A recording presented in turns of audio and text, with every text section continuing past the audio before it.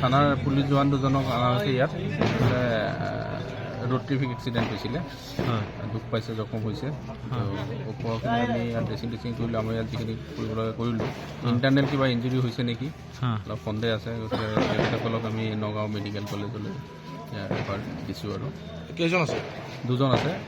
police জোৱান দুজন আছে আৰু এজন আছে তেখেত মানে বাইকত খুন্দিওৱা ব্যক্তি তেখেতে খুন্দিয়াইছে বুলি কৈছে আৰু এনে কণ্ডিশ্যন কেনেকুৱা এতিয়া কণ্ডিশ্যন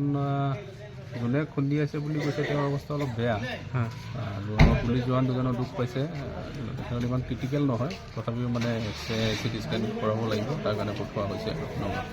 আহিছিলেতো এইটো আমি ক'ব নোৱাৰোঁ এক্সিডেণ্ট হোৱাৰ পিছত আমি গম পাইছোঁ কেইজন আছিলে তাৰ লগত আৰু এজন আছিলে কি নাম সেইজনৰ তাৰ নামটো আমি শুনিছোঁ আমি তাকতো চিনি নাপাওঁ মাজহাৰুল ইছলাম ঘৰ ক'ত তাৰ ঘৰ হ'ল ৰাজাকাটোৱা সি যে আৰক্ষী জোৱানক খুন্দাইছে সেইটো গম পাইছিলে নেকি সেইটোতো আমি এতিয়া আহি পেলাই গম পাইছোঁ আৰু আমিতো দেখা নাই আহি পেলাই ইয়াত চিভিলত পাইছোঁ সি ডিউটিত আছিলে ডিউটিত থকা সময়ত আপুনি খুন্দাইছে সেইটোতো আমি আহি পাইছোঁ খুন্দাইছে বুলি জখম হৈছিল তাৰ নাম